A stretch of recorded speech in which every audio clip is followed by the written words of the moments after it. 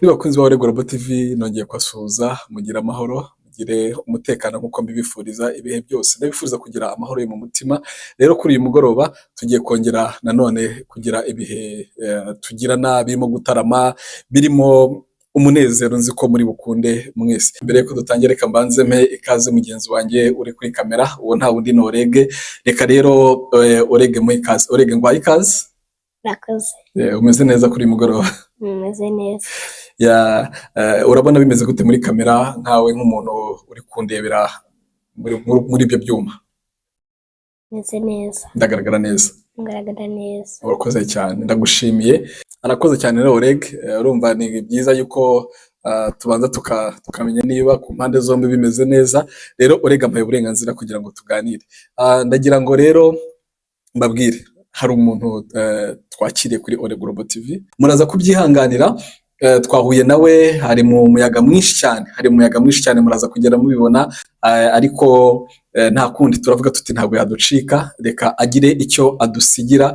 Umuyaga nuza kubabangamira muraza kubyihanganira, niko byari byifashe mu mwanya washize ubwo twari turi kumwe nawe, ariko ni byiza yuko nanone tugira icyo tubereka. Mu mwanya mutoya twamaranye nawe twanirukankaga cyane, twirukankaga mu muhanda tumukurikira kuko twabonaga nta bundi buryo buhari bwo kuba twaganira nawe. Murumve twana twanjye n'abarazurukundo, murarugira intego mwese aho mujya hose, rubabera umutako mwiza uhora ubarangara amanywa ari na nijoro, ntihagire ikibakangawe.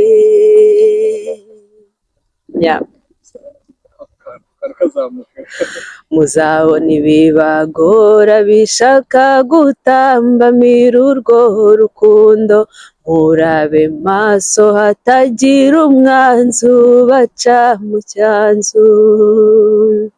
Murakomeze mutwaze ntabwo nzabaha, nzahorana namwe nsimbura ibibarwanya. Wa mwanzi w'icyatwa ujya ubakurura mu cyanza mukubitisha jya mwimureba. Murakoze, nitwa Grace Karasira, ndi umuririmbyi, ndi umutaramyi, ndi umuhizi. Murakoze, nishimiye kubana namwe. Ni umuririmbyi, ni umutaramyi, ni umuhizi, akaba yitwa Grace Karasira. Ndanezerewe kuba nanjye ndishimiye kubana namwe. Ikaze rwose, ndabizi ko abantu bari bukunezererwe. Murakoze. Ndagufana, uri inyuma mu byo ukora byose muri kariyeri yawe. Amaze kwibwira, mwumvise ukuntu ari umuririmbyi mwiza, mwumvise taraye, kugira ngo murabona ko ntibeshye kumubazanira. Ntekereza ko nawe Oreg nawe buriya nawe yabibonye. Oreg, Grace umubonye gute? Azi kuririmba, afite impano, of course azagaruke. Bitwemeye kwanza akazagaruka. Urumva ko nawe Oreg rero arifuza ko yazongera akagaruka tugatarama, kandi yanabyemeye. Turaza kubyumva nabyo. Hanyuma rero hari byinshi mu byo twaganiriye, reka nanone twongere twumve nanone mu yindi ndirimbo. Ninde uzarama nk'imisozi, mbese ninde uzatura nk'imigezi, ninde ujya inama n'ibihe, akagenguka ibiza n'ibiza bizamusiga amahoro. Bijya bigora kumvisha umuntu kwita ku iherezo rye, cyane iyo yumva ko yahiriwe n'ubu buzima. Umunyabwenge waharanira iherezo ryiza, bikamutera kwitwararika agihumeka, yeah. Wamenye ibyabayeho, numenye ibiri imbere, uzaba rugero ki, uzasiga nk'uruki, nubase utakiriho, nyuma y'ubu buzima mu isi y'icyo gihe uzibukirwa kuki. twari twarigeze kuganiraho bitari kuri kamera, ariko noneho anyemera yuko tuzagira igihe cyo kuganira. Ndavuga rero ubwo mubonye noneho reka mu mwanya muto yaduhuye reka ngerageze kuganira nawe, hanyuma mubereke mukore na introduction kugira ngo ubutaha nituramuka tumutumiye muzabe muzi ngo ninde, muzi ngo abazaniye iki, muzi ngo abahishiye iki. Rero Grace, ese ufite gahunda yo kuzakora indirimbo zawe? Yego. Ukuri? Imana izabishoboza. Imana izabigushoboza. Nanezerewe cyane. Nanezerewe umwanya muto yaduhuye, ariko noneho nagira bisabire ugera ukore mu nganzo. Ugera ukore mu nganzo kuko ndashaka ko dutarama kuruta ibindi byose. Okay. Nkubito y'imanza urarare, nkubito y'ikeza uraza utanga umuganda, ngwino urare nararaye, ngwino utarame tunakeshe, yeah, yeah. Yeah, yeah. Najyaga nkumva uririmba cyane, najya mbona akunda kuririmba ahantu habaye ubukwe, kujya gusura n'abageni. Narabikoze. Wabikozeho nabyo? Nabikozeho. Kubera ko mu ndirimbo zawe kumva ko ugwamo neza cyane. Ndetse maze kumva n'abantu benshi bavuga ati Grace, Grace, Grace. Utabeshye? Okay. Harya ubyina muri itorero Grace? Mbyina mu itorero Umucyo riri hano Stockholm. Ya niryo mbyinamo, ikindi ntoza abana kubyina. Ya. Ntoza abana kubyina. Yego. Hano muri Stockholm n'ubundi. Yego. So cyangwa naho yari hugiye. N'ubundi niho ndi kujya ahubwo. Uri kugarukiye kujya gutoza. Tugiye kubyina. Umubyinnyi ubyina traditionnel agiye gutoza abana, ariko ndamufatiranye mbabarire kugira ngo ataducika. Hanyuma nanjye nazakomeza urugendo rwanjye, ariko mbere na mbere nagira ngo ndarikira abantu yuko azabisura. Ndizera ko wabinyemereye. Ntari kwirukanka. Ego. Hanyuma akandi karimbo kihuse kaba gospel cyangwa se kaba gakondo akari hafi. Okay, reka tujye muri gospel. I love you Lord,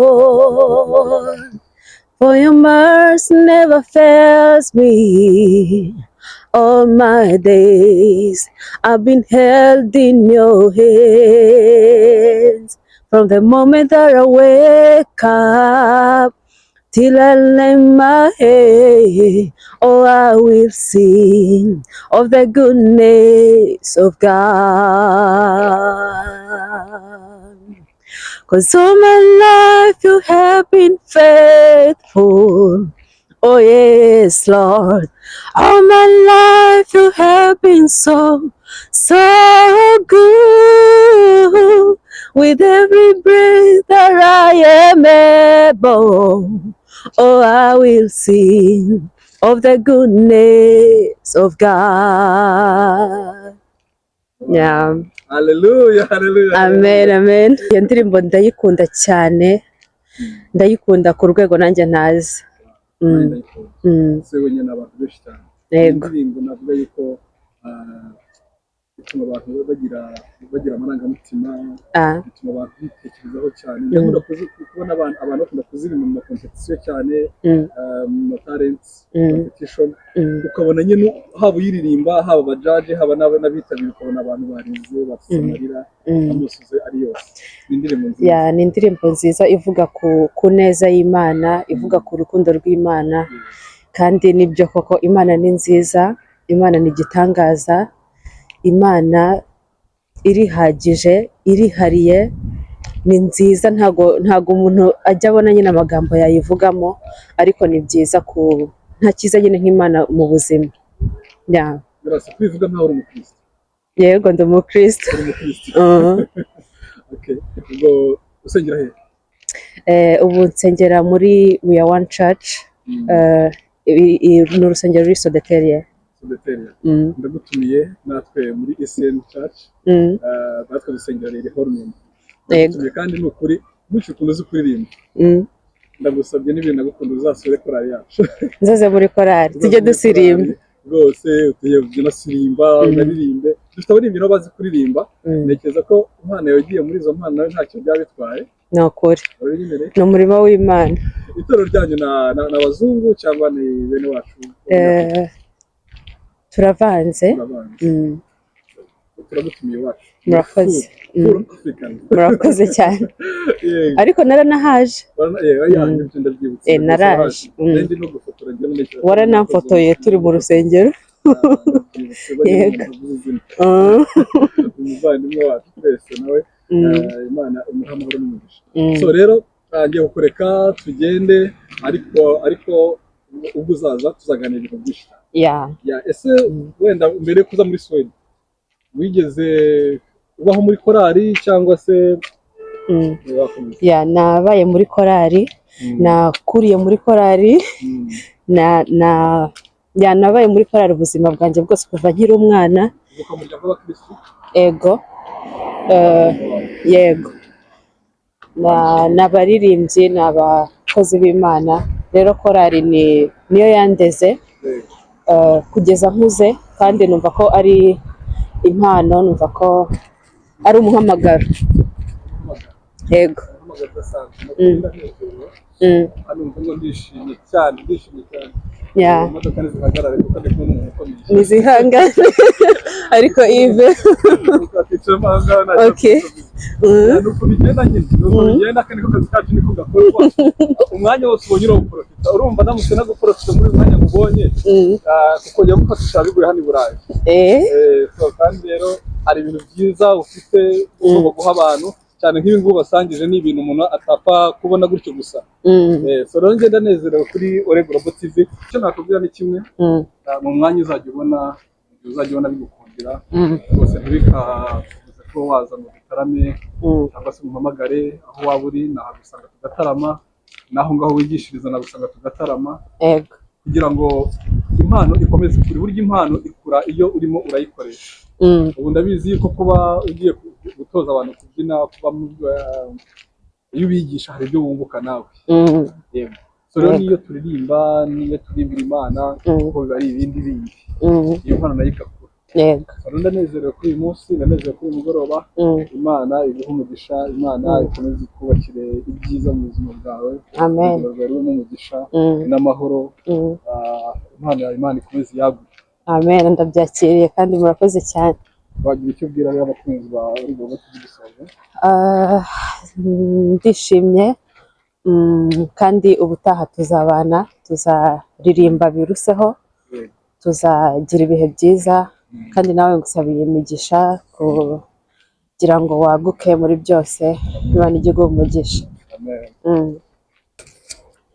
Mugabo wanjye, mugabo nkunda, ngarukira, sinagusenze sinagusanze, nisanga kuba mu bwangavu no mu bukumi bwanjye. Noneho mbereye ingeri y'urugo rwawe, ndandahagara nkagandurwa n'abagenzi, nditsamura ikirizwa n'abahetsi, nahindukiye mufate mu mugongo, nkagangahurwa n'ubwigunge, naragiwe n'ubwigenge bwawe. Sindagira usange dusabane, nka kera utarasuhuka, nka kera nkiri rudasumbwa, ukinsimbagiza abasizi bakansingiza. Nanjye ubwanjye naragukunze, reka kwiheza mu rwawe ngushitwe n'amahanga. Reka kurarikira iby'isi bituma udashyigikira urwo washinze. Garura kura umutima mu byawe mugenzi, dore inka zirakamwa ibigega birahunitse, imico yabuze kibayuri inkangaza rukavugira inzara ihari n'imwe n'intimba y'umutima ugukunda.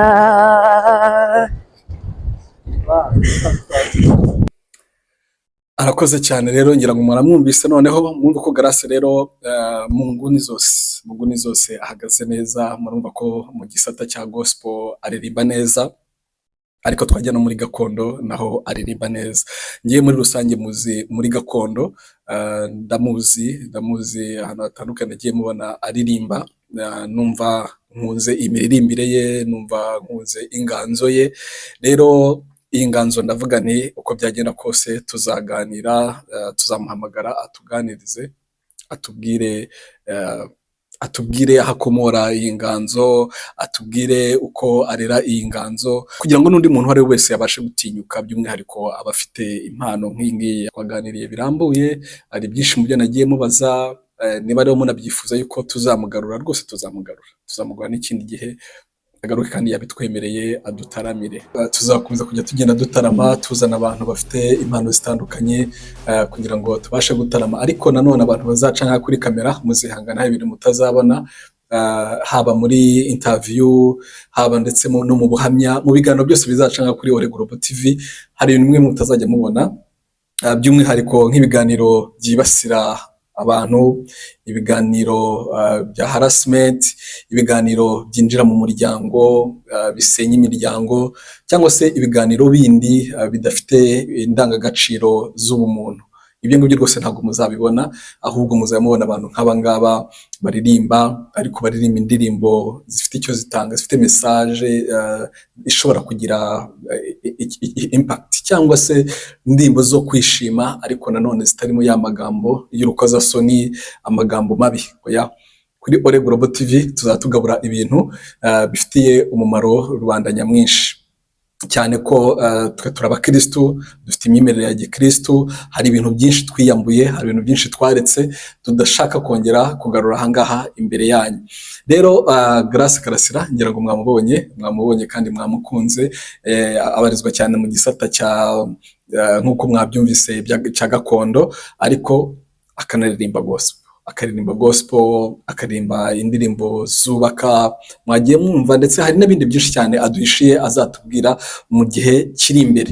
Rero ndagira ngo mbamenyeshe yuko hari byinshi, hari n'abandi tuzagenda tubona, hari n'ibyo natwe tuzagenda tubagezaho, ariko ibyo byose biri muri wa murongo w'ibyiza, biri muri wa murongo w'ibintu bifite icyo bije guhindura mu buzima bw'abantu.